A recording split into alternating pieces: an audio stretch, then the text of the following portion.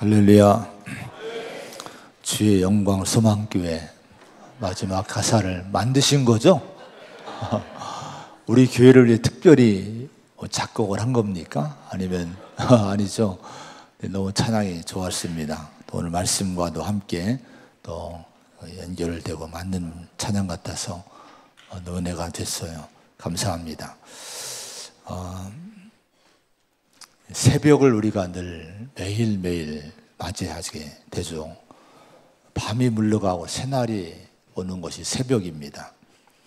목사는 평생 새벽 기도하는 사람이에요. 새벽 기도를 하고 끝나고 이제 주택에 들어갈 때 종종 이 교회를 한 바퀴 돌 때가 있습니다. 그때에 다가오는 새벽의 모습은 계절마다 달라요. 또 월마다 다르기도 하고 더 세밀하게 하면 날마다 다르더라고요. 날씨가 다르기 때문에 또 하늘에 떠 있는 달들의 이제 모습이 달라지고 하면은 새벽의 이 모습이 날마다 다른 것을 이렇게 느끼게 됩니다. 시간의 새벽을 여는 것은 사람이 여는 것은 아닙니다.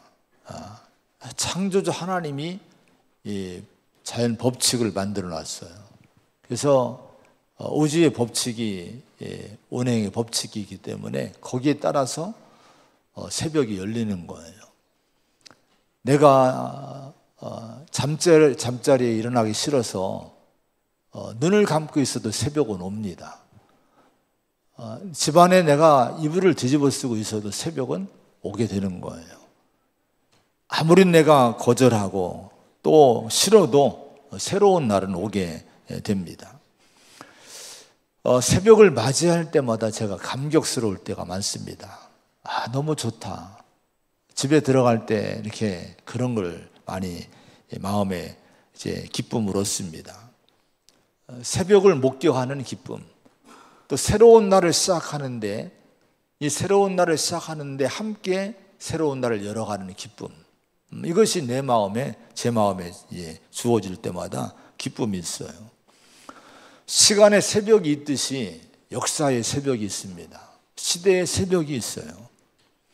죄성이 가득한 인간이 살아가면서 만들어지는 역사이기 때문에 인간의 역사는 늘 어둠이죠. 흑암이 끊이지 않습니다.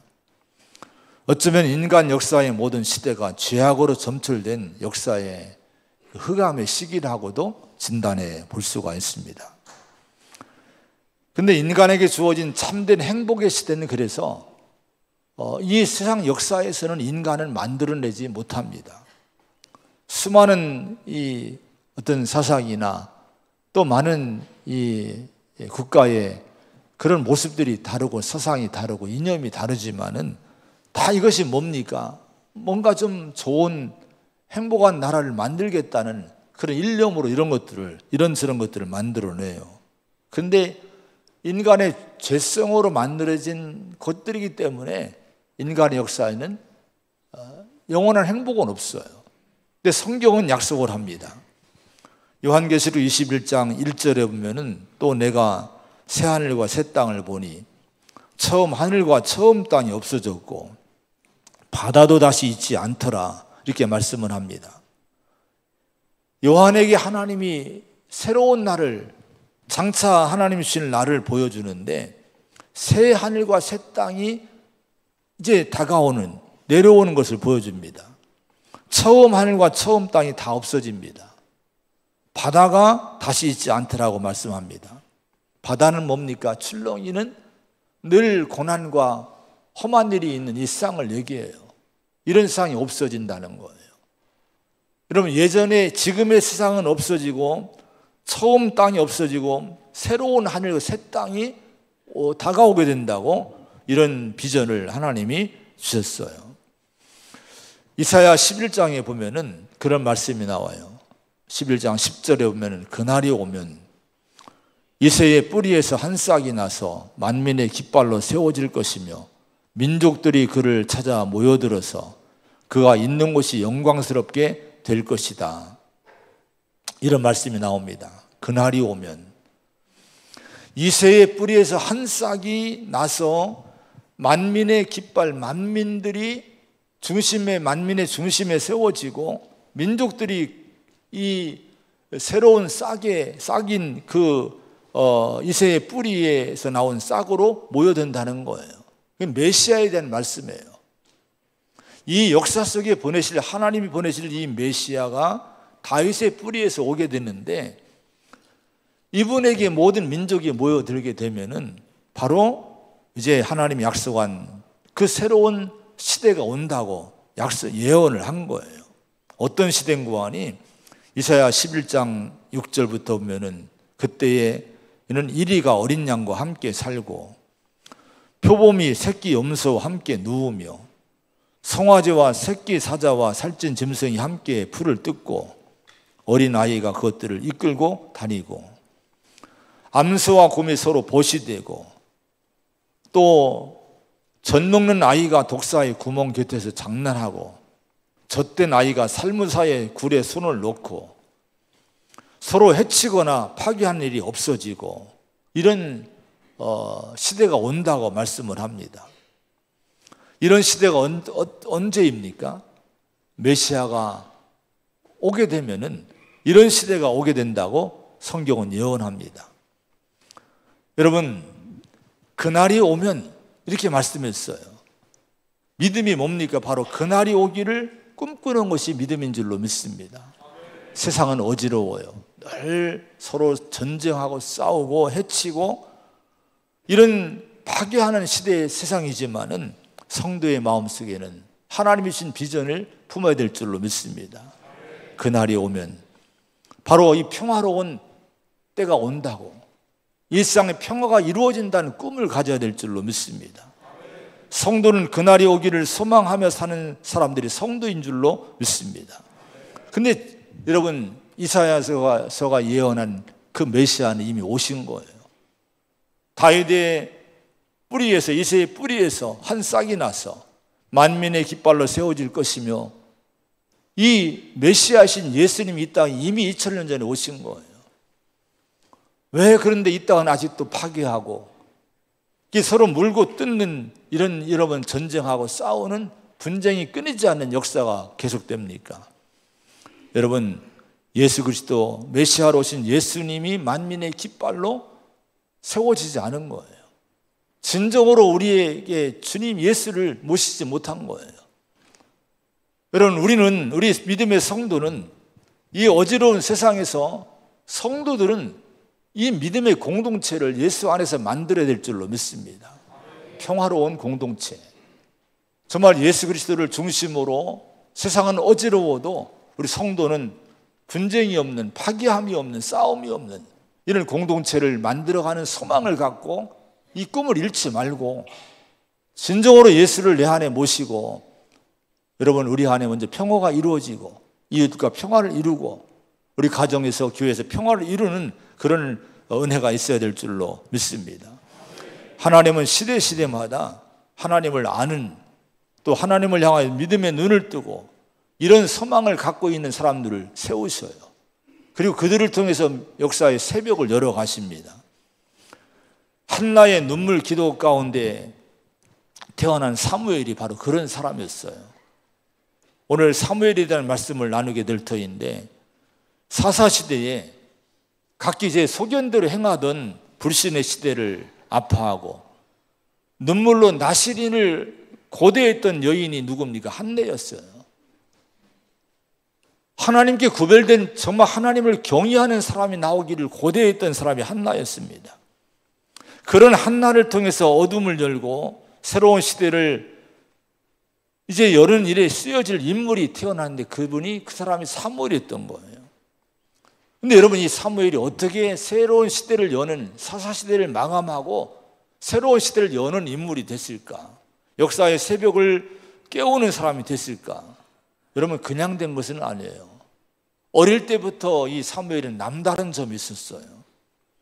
오늘 이 사무엘에 대한 말씀 두 가지를 볼 터인데, 한 가지는 이 사무엘은 섬기는 사람이었다 하는 거예요. 1절의 말씀을 한번 같이 보겠습니다. 1절입니다. 시작. 아이 사무엘이 엘리 앞에서 여호와를 섬길 때에는 희귀하여 이상이 흔히 보이지 않았더라. 사무엘을 뭐라고 얘기합니까? 여호와를 섬길 때.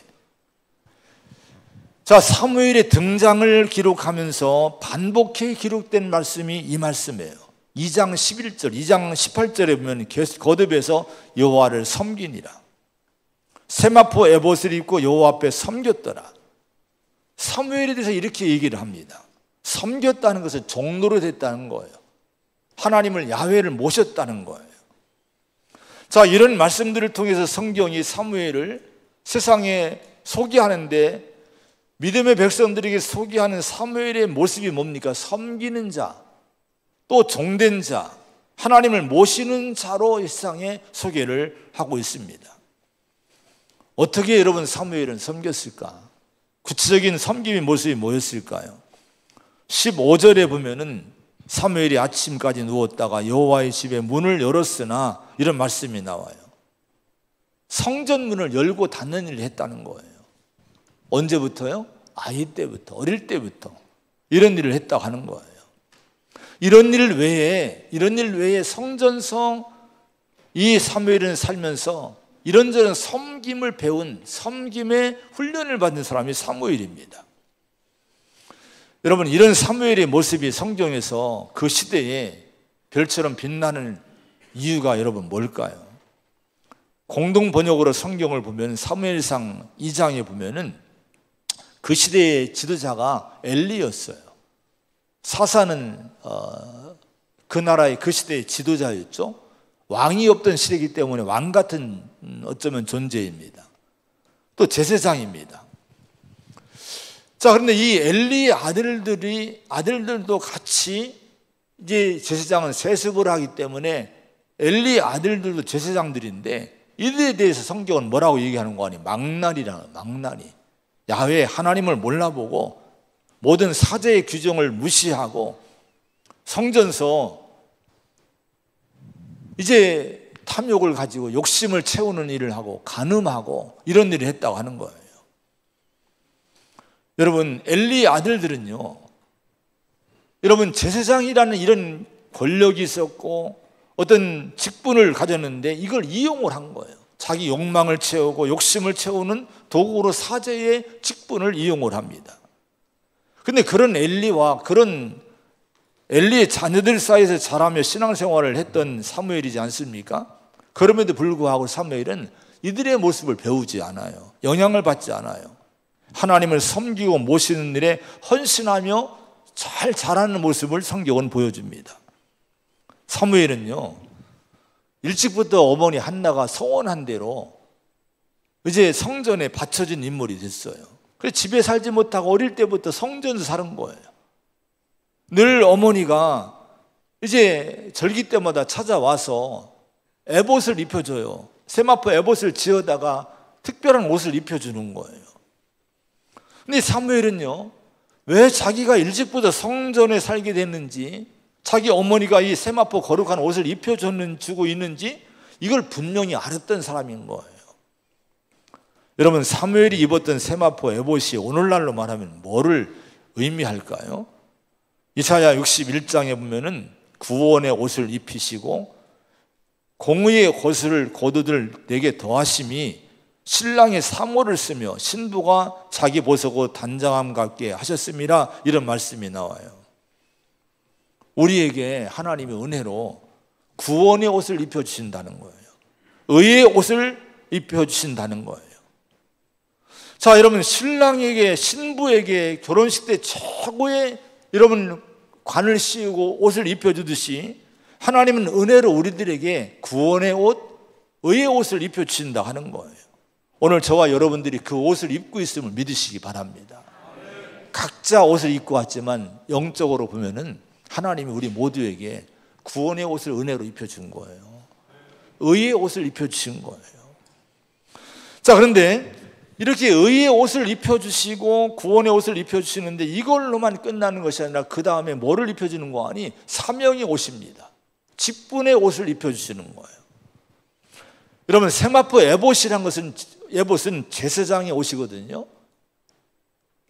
하나님의 전에서 일하는 제사장들이 입는 옷이 이 에봇, 이 거룩한 세마포 옷인데, 이것은 오늘날 우리들에게, 여러분, 우리 모두를 성경은 뭐라고 얘기합니까? 왕 같은 제사장이라고 하는 거예요. 너희는 왕 같은 제사장이란 거예요. 이것은 목사에게 한 얘기가 아닙니다. 우리 모든 성도에게 한 얘기예요. 왕 같은 제사장이란 것은요, 왕의 사제라는 거예요. 왕이신 하나님의 사제들, 왕이신 하나님의 제사장들이라고 이렇게 말씀을 합니다. 누가 그렇습니까? 저와 여러분 모두가 그런 신분이라고 하는 거예요. 그럼 우리 여러분, 저와 여러분은 몇 가지 옷이 입혀진 거예요? 구원의 옷, 의의 옷, 또 제사장이란 직분의 옷, 사명의 옷이 입혀진 줄을 믿으시기 바랍니다. 이사야 61장 6절에 보면은 너희는 여호와의 제사장이라 일컬음을 받을 것이라, 사람들이 너희를 우리 하나님의 봉사자라 할 것이며, 이런 말씀이 나와요. 제사장의 직분을 받은, 영적으로 사제의 직분을 받은 우리들은 뭘로 불림을 받느냐? 하나님의 봉사자들로 불림을 받는다는 거예요. 사람들이 그렇게 본다는 거예요. 사람들이 너희를 우리 하나님의 봉사자를 할 것이며, 이렇게 말씀을 합니다. 그럼 우리는 누굽니까? 구원받아 영생 얻은 우리 성도들의 정체성은 하나님의 봉사자들이라고 하는 거예요. 우리 자신들이 그렇게 우리 자신을 정의를 내려야 돼요. 아, 내가 누구냐? 여러분, 자신이 누군가? 하나님의 봉사자들이다. 이렇게 믿음을 갖기를 바랍니다. 사무엘이 자신을 그렇게 알고 성전에서 어릴 때부터, 여러분, 세마포의 에봇을 입고 봉사하며 섬기며, 이 섬김에 훈련을 하며 자랐다고 하는 거예요. 하나님 앞에서 섬기는 자, 하나님의 봉사자인 우리가 늘 힘써야 될 영적인 봉사와 섬김은 어떤 것이 있을까요? 요한복음 6장에 보면은 예수님이 오병이어 기적을 행하셨어요. 오병이어 기적을 행하니까 사람들이 막 많이 몰려옵니다. 수천 명이 몰려옵니다. 예수님이 가는 곳마다 그들이 예수님을 따라다니는 거예요. 배를 타고 건너가면 거기 또 쫓아오는 거예요. 여러분, 생각해 보십시오. 이들이 누굽니까? 이 무리들이, 예수님을 따라다녔던 이 당시에 이 무리들이 누굽니까? 바로 여러분, 오병이어를 목격한 사람들이고, 이 기적을 체험한 이후에 요한복음 6장에 보면 예수님을 왕으로, 억지로 왕을 삼으려고 한 사람들이었어요. 그들이 열심히 예수님을 쫓아다니는 거예요. 예수님 편에서는 얼마나 좋을까요? 이렇게 수천 명의 사람들이 자기를 따라다니고 왕대라고 임금대라고 아우성 치면서 몰려오니까 얼마나 자랑스럽고 힘이 되고, 여러분, 좋으셨을까요? 요즘 정치인들은 이걸 충분히 이용을 하죠. 팬덤들을 이용합니다. 부추기고 선동하고 여러분 합니다. 자신의 방패를 사용합니다. 그런데 예수님은요, 이들에게 책망을 해요. 하나님의 기준으로 날카롭게 그들의 내면을 드러내십니다. 마음속 의도를 다 드러내시고 그들의 마음을 교정을 해주시는 거예요. 요한복음 6장에 보면 6장 26, 27절에 보면 너희가 나를 찾는 것은 표적을 본 까닭이 아니요 떡을 먹고 배부른 까닭이다. 썩을 양식을 위해서 일하지 말고 영생하도록 있는 양식을 위해서 해라. 이렇게 그들에게 주님이 말씀하셨어요. 너희가 나를 찾는 것은 표적을 본 까닭이 아니라. 이게 무슨 말인가요? 이 공동번역에 보니까요, 너희가 지금 나를 찾아온 것은 내 기적의 뜻을 깨달았기 때문이 아니라 빵을 배불리 먹었기 때문이다. 이렇게 번역했어요. 이게 이제 알기 쉽게 번역한 거예요. 그러니까 여러분, 이 무리들은요, 수천 명이 예수님을 따라다니는 이 무리들은 표적을 보고 이 기적과 표적의 이유와 뜻을 바로 알고 예수님을 따른 것이 아니란 거죠. 표적의 이유가 뭡니까? 예수님을 통해 종종 기적이 나타나는데 기적의 이유가 뭡니까? 예수님이 하나님의 아들이시란 거예요. 여러분, 메시아이심을 증거하기 위해서 기적이 나타난 거예요. 그래서 여러분, 이들이 예수님을 메시아로 진정한 영혼의 구원자로 모시고 따르는 것이 아니라, 그래야 될 터인데 이것이 아니라 이런 먹을 것 위에 따라다니고 있다는 거예요. 떡을 먹고 배부른 까닭이라 너희들이 이 육신의 욕심을 채우기 위해서 나를 따르고 있다. 이 그들의 이런 목적, 마음의 동기를 지금 드러내고 책망하고 있으신 거예요. 그들에게 뭐라고 얘기합니까? 썩을 양식을 위하여 일하지 말고 영생하도록 있는 양식을 위해서 하라고 우리 주님이 책망하셨어요. 이렇게 말씀했을 때에 여러분, 이 무리들이 물어요. 그러면 예수님, 이 영생하도록 있는 양식을 위해서 하라고 했는데 정말 우리가 어떻게 하여야 하나님의 일을 하오리까? 그들이 이게 묻습니다. 그때 여러분, 예수님이 그들에게 뭐라고 대답해 주시는 거 아니? 하나님께서 보내신 일을 믿는 것이 하나님의 일이니라. 무엇을 하여야 하나님의 일을 하오리까? 이렇게 물었을 때에 하나님이 보내신 일을 믿는 것이 하나님의 일이다. 이렇게 예수님이 정확히 얘기를 해주시는 거예요. 여러분, 요한복음 6장 28절이 그들이 묻되 우리가 어떻게 하여야 하나님의 일을 하오리까? 라고 하는 말씀이 나와요. 그들이 묻되. 우리 성도는요, 늘 주님께 물어야 돼요. 예수님께 물어야 돼요. 내가 이 직분 어떻게 감당했으면 좋겠습니까? 내가 이 사명을 어떻게 감당했으면 하면서 하나님의 일을 했으면 좋겠습니까? 여러분, 우리가 하나님께 예수님께 묻는 습관을 들이시기 바랍니다. 먼저 예수님에게 물으라는 거예요. 먼저. 그러면 예수님이 분명히 뭐라고 정확히 하십니까? 정확히 대답을 해주시는 거예요. 예수께서 대답하여 이르시되 하나님께서 보내신 일을 믿는 것이 하나님의 일이다라고 정확히 대답을 해주시는 거예요. 여러분, 하나님이 보내신 일을 믿는 것이 하나님 일이라고 했는데 이게 뭡니까? 하나님 보내신 이가 누굽니까? 예수님 자신을 얘기하는 거예요. 즉 이 말은 무슨 얘기입니까? 예수님을 잘 믿으라는 거예요. 이게 하나님 일이라고 하는 거예요. 우리 한번 옆에 분들과 인사합니다. 예수님을 잘 믿으십시다. 정말 이게 중요해요. 예수님 먼저 잘 믿는 거예요. 그 어떤 일을, 어떤 봉사하기 전에, 어떤 일을 하기 전에 여러분 꼭 명심하시기 바랍니다. 제자들이 나중에 여러분 사도로서 여러분 보냄받지 않습니까?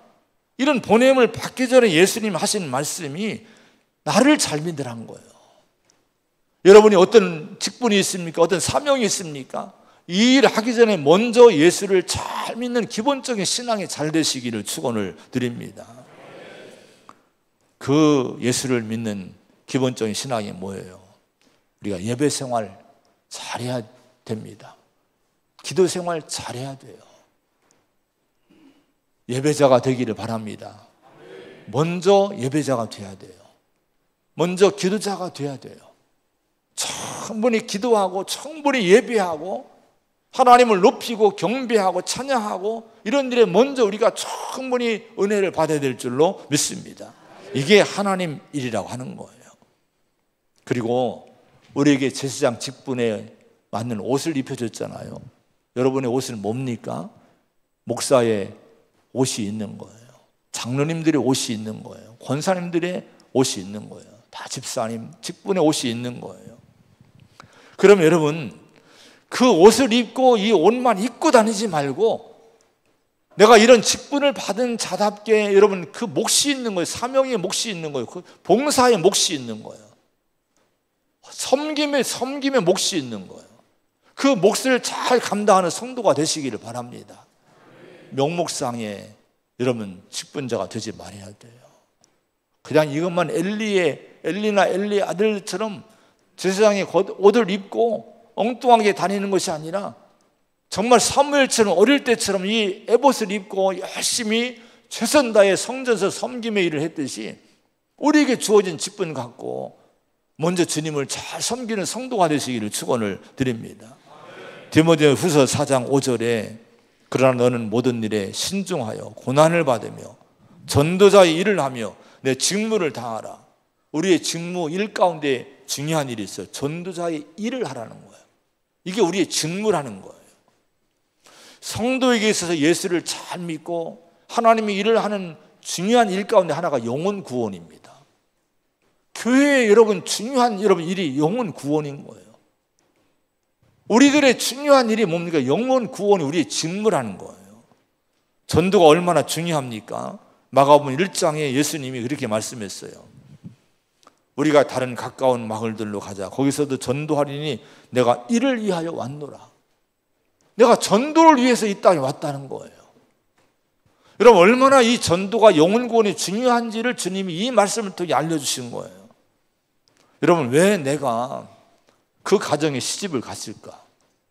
왜 내가 저 가정과 내가 결혼을 함으로 연결이 됐을까?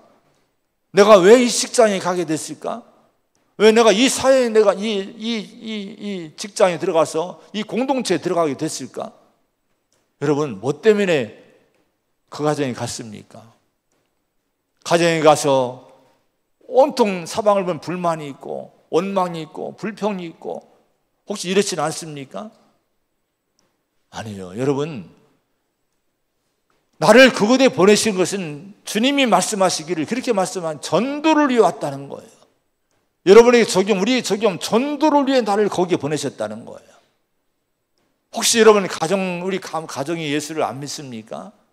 결혼해 보니까 여러분, 만나 보니까 여러분 그 가정이 가문이 여러분 예수와 관계없는 가정입니까? 여러분, 거기가 내 전도를 위해 하나님 나를 보내신 장소임을 믿으시기 바랍니다. 어느 직장에 여러분 다니십니까? 여러분, 누구를 지금 만나고 있습니까? 거기에 왜 여러분을 보내실까요? 전도를 위해 보내신다는 거예요. 여러분, 이 믿음을 갖지 않으면요, 우리가 영혼 구원하지 못해요. 영혼 구원의 일이 하나님의 중요한 이름을 잊지 마시기 바랍니다. 사도행전 1장 6절로 9절에 보면은 심야기도 때도 말씀했는데, 예수님이 부활하시고 승천하시기 전에 제자들과 함께 모여 있을 때였어요. 제자들이 그렇게 물었어요. 주께서 이스라엘 나라를 회복하시면 이때입니까? 세 번역에 보니까 이렇게 번역했어요. 주님께서 이스라엘에게 나라를 되찾아 주실 때가 바로 지금입니까? 승천을 앞두고 있는데 하늘나라로 가시기 전에 제자들이 그 승천이 뭔지를 몰라요. 하늘나라 가시는 것이 뭔지 몰라요. 그러니까 예수님이 죽음을 이기시고 부활했으니까 이런 능력으로 지금 유대인들의 전미의 가장 큰 관심사가 뭡니까? 독립인 거예요. 로마로부터 나라를 되찾는 거예요. 그래서 여러분, 제자들도 예수님이 이런 능력이라면 능히 이 나라를 회복하지 않을까? 그런 마음에 관심 갖고 예수님에게 그 질문한 거예요. 주님이 이스라엘 나라를 회복해 주실 때가 지금 이때입니까? 이 시기입니까? 라고 질문한 거예요. 그래서 예수님이 뭐라고 말씀했습니까? 때와 시기는 아버지께서 자기의 고난에 뒀으니 너희가 알 바가 아니란 거예요. 그리고 유명한 얘기를 하셔요. 그 유명한 얘기가 사도행전 1장 8절입니다. 오직 성령이 너에게 임하시면 권능을 받고 예루살렘과 유대와 사마리아 땅끝까지 이른 내 증인이 되리라. 이 배경이 뭔지 아십니까? 이 말씀의 배경이 이스라엘의 회복을 위해서 제자들이 온통 관심 갖고 이때입니까? 물어볼 때에 너희는 성령을 받고 권능 받고 예루살렘과 유다를 넘어서 사마리아로 가고 저 열방으로 가서 내 증인되라고 말씀하신 거예요. 여러분, 주님이 이것이 십자가신 목적이란 거예요. 증인이 뭡니까? 증인? 예수님을 전하라는 거예요. 예수님은 뭐를 전합니까? 예수님이 하나님의 아들이시고 그분이 이 땅에 오셔서 우리 죄를 위해 십자가에서 죽으셔서 죄 문제를 해결해 주셨고 부활하심으로 사망의 문제를 해결해 주셨고 승천하심으로 하나님의 나라를 보여주시지 않으셨습니까? 이걸 증거하라는 거예요. 예수를 증거하라는 거예요. 예수의 증인되라 하는 거예요. 여러분, 예수의 증인되기를 축원합니다. 이것이 우리의 사명인 거예요. 자, 1절의 말씀 다시 보면은 아이 사무엘이 엘리 앞에서 여호와를 섬길 때는 이렇게 말씀해요. 근데 여기 보면요, 엘리 앞에서라는 말씀이 나와요. 엘리 앞에서. 여기 봉사와 섬김에 대한 한 가지 귀한 가르침이 있어요. 엘리는 누굽니까? 하나님의 책망을 받은 무능한 제사장이에요. 무능한 지도자예요. 무능한 사사입니다. 근데 여러분, 엘리 앞에서라는 것은요, 엘리의 감독하에라는 뜻입니다. 엘리의 감독하에 그의 밑에서 사무엘이 묵묵히 어릴 때부터 여호와를 섬겼다고 이렇게 말씀을 합니다. 이것이 믿음의 신비예요. 아니 여러분, 이 배울 것 없는 엘리 밑에서 이 무능하고 가정관리도 못하고 자식들 다 타락시키는 이 엘리 밑에서 뭘 배우겠습니까? 그런데 여러분, 그의 감독 하에 사무엘은 섬김의 삶을 배웠다는 거예요. 우리가 때로는 교회에서 시험 들 때가 뭡니까? 사람 때문에 시험 들어요. 엘리 때문에 시험 들어요. 나 저 사람 때문에, 때로는 목사 때문에, 때로는 장로님 때문에, 때로는 권사 때문에, 누구 때문에 내가 힘들어. 이게 마음에 안 들어. 상처 입었어. 나 하나님 일을 못하겠어. 이렇게 무너질 때가 여러분 종종 있습니다. 그런데 여러분, 오늘 사무엘을 보십시오. 엘리 밑에서도 충분히 하나님 일을 여러분 최선 다해 한 우리 모습을 우리가 볼 수 있지 않습니까? 사무엘의 어머니 여러분 한나를 보세요. 한나는 우리가 지난번에 나눴지만은 후처로 들어온 분인나 때문에 얼마나 고통을 겪어요. 격동시키고 스트레스 받고, 그래서 눈물이 마르질 않아요. 그러면 집안을 뛰쳐나가야 되지 않겠습니까? 아니에요. 그럼에도 불구하고 전혀 성전을 찾습니다. 기도합니다. 눈물로 기도하는 거예요. 하나님이 주신 사무엘을 믿음으로 잘 키워냅니다. 사람 때문에 막히지 않았다는 거예요. 여러분, 교회 신앙생활 사람 때문에 막히지 않기 바랍니다. 누가 여러분 내 앞에 장애물이 있어 이걸 뛰어넘어야 돼요. 하나님을 대면하시기 바랍니다. 할렐루야.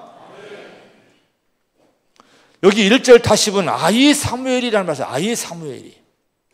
이 아이라는 것은요, 요세푸스 해석에 의하면 한 12살쯤 됐을 거라고 해석을 합니다. 어느 분들은 이 청소년의 나이다고 한 18, 19도 됐을 거라고 해석도 하기도 합니다. 어쨌든 아이 사무엘이라고 이렇게 했어요.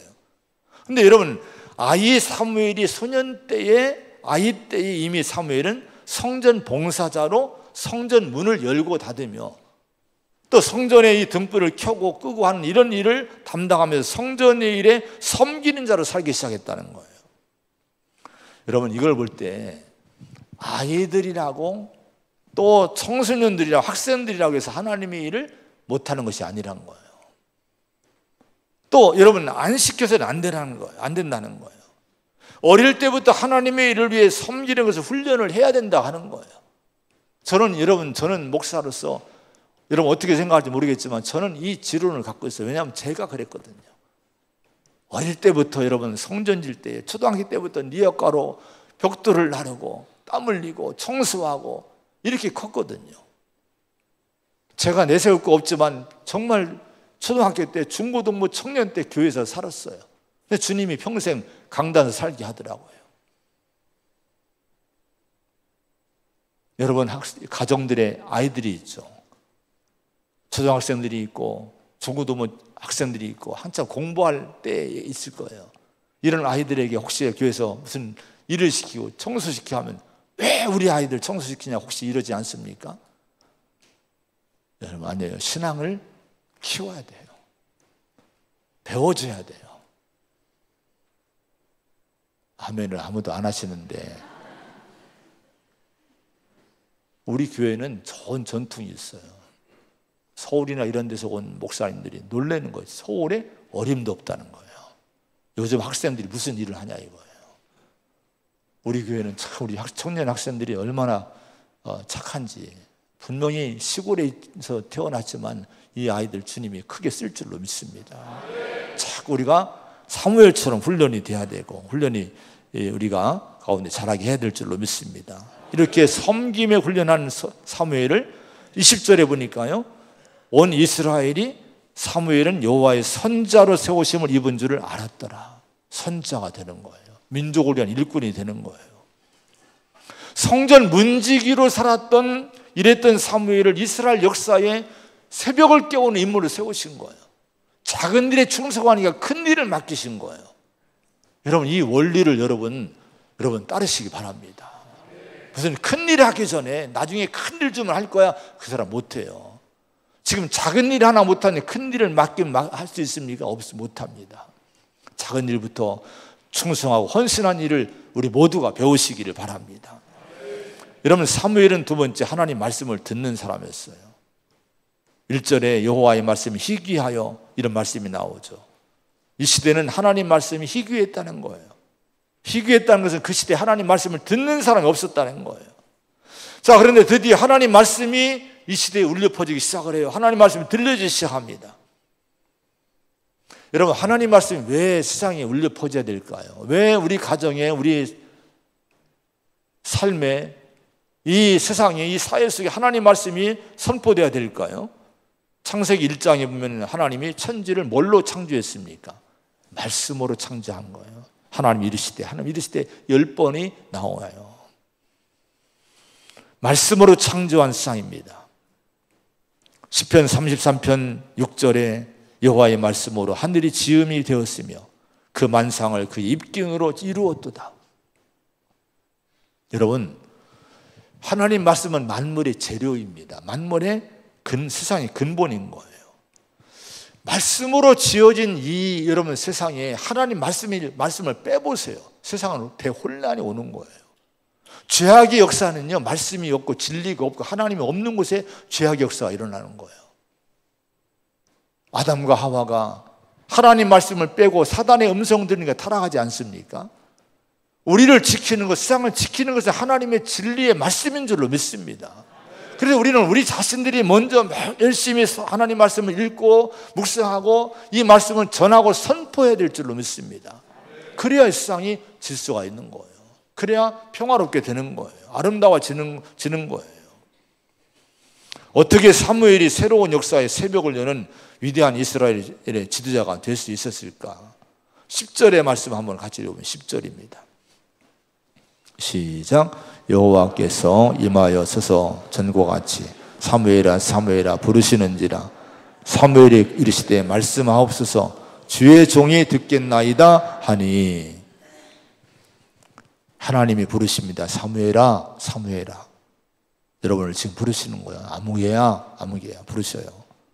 근데 사무엘이 뭐라고 대답합니까? 말씀하옵소서 주의 종이 듣겠나이다. 이게 사무엘의 남다른 모습이었어요. 엘리의 아들들은 어떤 사람이었어요? 2장 25절에 보면요, 아버지 엘리를 통해서 책망을 합니다. 하나님 말씀을 책망하는 거예요. 근데 그들이 자기 아버지의 말을 듣지 아니했으니라고 얘기합니다. 하나님 말씀 안 들었다는 거예요. 여러분, 이 홈리와 비느하스는 하나님 말씀 제사장인데 안 들었어요? 그래서 사무엘은 하나님 말씀을 듣습니다. 비교해 보세요. 이 비교를 하는 거예요. 여러분 누굽니까? 여러분 어떤 사람입니까? 엘리의 아들들 같이 말씀을 들어도 듣지 않는 사람들입니까? 아니면 말씀하옵소서 주의 종이 듣겠나이다 하고 겸손히 그 말씀을 사모하고 순종하는 사람입니까? 우리가 말씀하옵소서 주의 종이 듣겠나이다 이런 마음의 자세 가지고 날마다 하나님 말씀 앞에 설 수 있는, 무릎 꿇을 수 있는 저와 여러분 되기를 축원합니다. 이 모습은, 순종하는 모습은 하나님 말씀 앞에서만 보여준 것이 아니에요. 실은요, 여기 보면요 4절부터 쭉 보면요 엘리한테 달려갑니다. 엘리에게로서 5절, 6절, 7, 8절을 보면 엘리에게로 달려가서 이르되 당신이 나를 부르셨기로 내가 여기 있나이다. 계속 이렇게 얘기를 해요. 엘리가 부른 줄 알고 달려간 거예요. 근데 사무엘의 자세를 보세요. 엘리가 무능하고, 엘리가 여러분 사사이지만은, 지도자이지만 정말 책망받은 정말 그런 무능한 여러분 제사장이지 않습니까?